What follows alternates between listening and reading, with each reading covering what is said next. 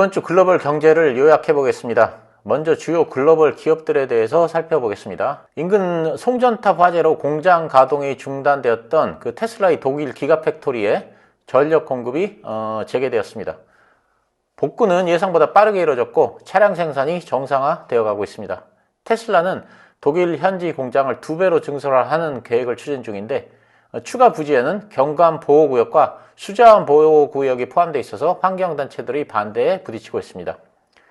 수요일에는 웰스파고가 테슬라의 목표가를 $200에서 $125로 하향하면서 주가가 한 단계 하락했습니다. 웰스파고는 테슬라의 가격 인하가 더 이상 도움이 되지 않는다면서 전기차 판매량이 감소할 수 있다는 의견입니다. 그 다음 날에는 UBS가 테슬라의 목표가를 $185에서 $165로 또다시 하향 조정하면서 주가가 한 단계 더 하락한 바 있습니다만 다행히 금요일에는 소폭 상승했습니다. 한편 캐시우드는 테슬라의 하락을 틈타서 21만 7천 주, 약 470억 상당의 테슬라 주식을 사들였습니다. 미 하원은 틱톡 강제 매각안을 압도적으로 가결했습니다. 이유는 안보 우려 때문입니다.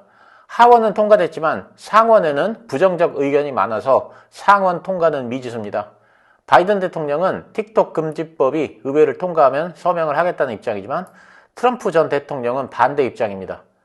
트럼프 전 대통령은 틱톡에 대해서 문제는 분명히 있지만 만약 틱톡이 없어지면 페이스북이 2배로 커질 것인데 자신은 페이스북이 잘 되기를 원하지 않는다면서 틱톡 금지법을 공개적으로 반대했습니다.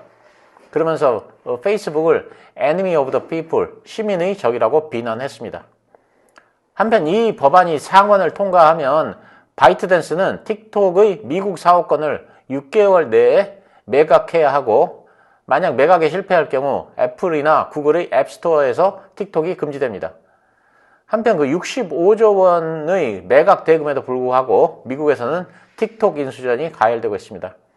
인수 희망자들이 줄을 서고 있는 가운데 트럼프 행정부 시절 재무장관을 지낸 스티븐 무누치는 틱톡 인수를 위해서 투자자들을 모집할 것이라고 밝혔습니다.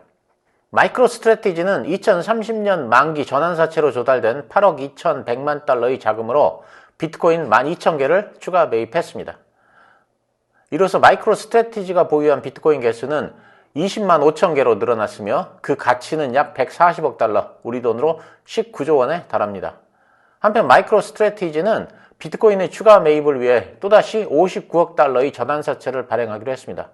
새로 발행될 전환사채는 2031년 만기이고 우리 돈으로 약 6,600억 원입니다. 주중에 엔비디아가 7%나 상승했었는데 엔비디아의 주가를 크게 끌어올린 건 오라클이었습니다.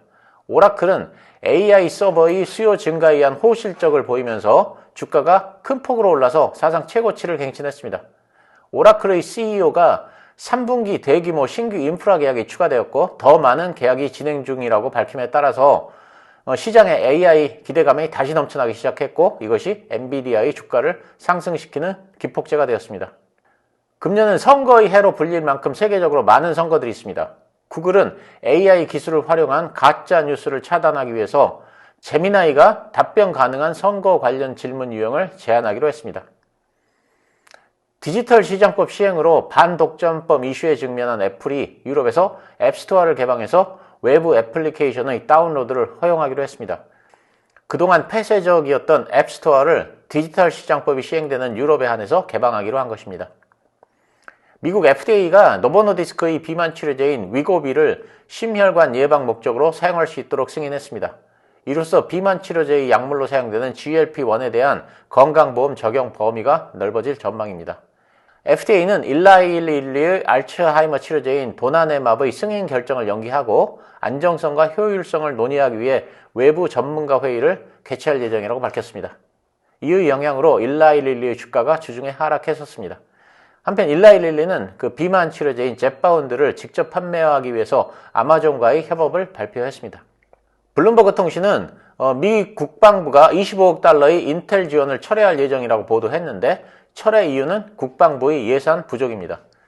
국방부의 인텔 지원 소식은 지난주에 말씀드린 바 있습니다.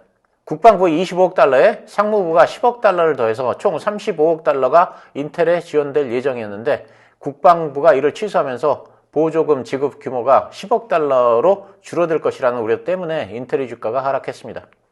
비트코인이 72,000달러를 돌파하면서 다시 한번 신고가를 갱신했습니다. 국내에서는 처음으로 비트코인이 1억 원을 돌파했습니다. 영국 금융당국이 암호화폐 기반 상장지수 증권 ETN을 거래소에서 요청할 경우 반대하지 않을 것이라는 의견을 표명한 후에 비트코인이 상승하기 시작했습니다. 한편 런던 증권거래소는 2분기부터 비트코인 이더리움의 ETN 상장 신청이 가능하다고 밝혔습니다. 이와 관련해서 CNBC는 암호화폐 기반 ETN 승인 시 기관 투자자의 급증이 예상된다면서 ETN으로 자금이 들어오면 비트코인에 좋은 방향으로 영향을 미칠 것이라고 밝혔습니다. 트럼프 전 대통령도 비트코인에 대해 긍정적 발언을 이어갔습니다. 과거에 비트코인 회의론자였던 트럼프 전 대통령은 이날 비트코인을 추가적 통화 형태로 인정한다면서 실생활에 많이 사용되고 있다고 했고 자신도 이제는 비트코인을 없애고 싶은지 잘 모르겠다고 말했습니다. 이번에는 글로벌 경제 상황에 대해서 말씀을 드리겠습니다. 미국이 중국 반도체 업체에 대한 추가 제재를 검토하고 있습니다. 블룸버그 통신은 상무부의 산업안보국이 중국 주요 D램 반도체 업체인 창신 메모리 테크놀로지를 미국 기술에 근접하지 못하게 제한하는 블랙리스트에 올리는 것을 검토 중이라고 보도했습니다.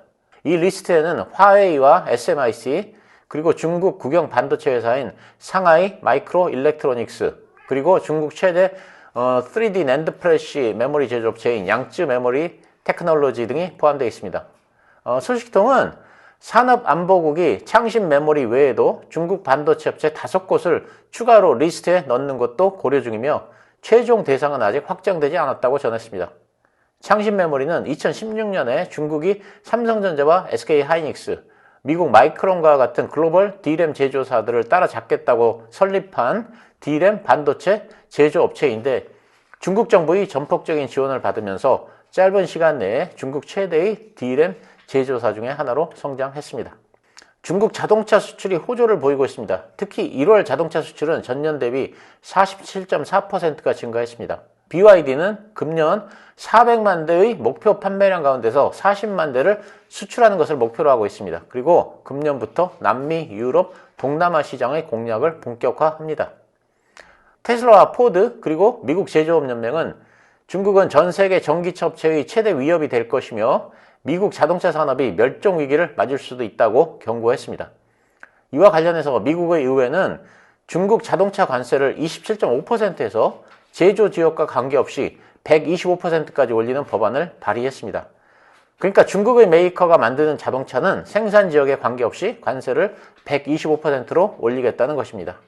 우크라이나가 드론으로 러시아 정유시설을 피격했다는 뉴스와 그리고 미국의 원유 재고가 감소했다는 뉴스에 유가가 상승했습니다.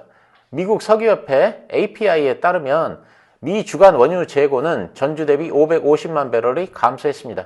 에너지 분석가들은 최근에 원유 수요의 증가가 나타나고 있는데 금년 여름쯤이면 원유에 대한 초과 수요가 나타날 수 있다고 전망했습니다.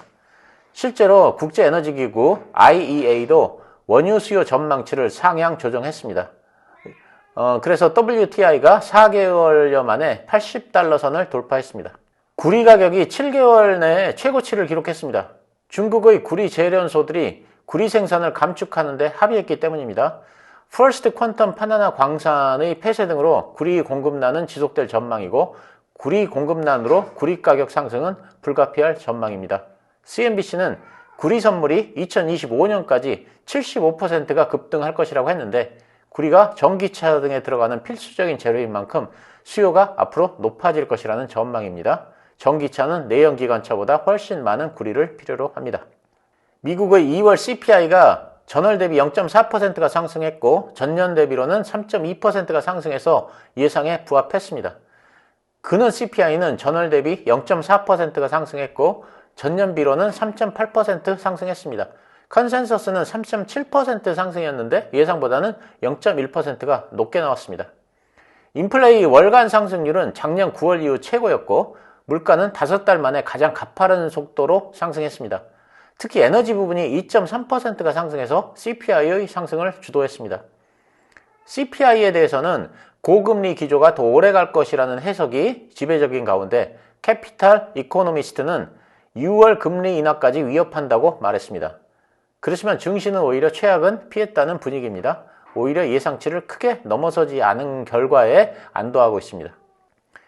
미국의 2월 PPI가 전월 대비 0.6%가 상승하면서 6개월 내에 최고치를 기록했습니다. 예상치는 0.3% 상승이었는데 예상치를 크게 상회했습니다.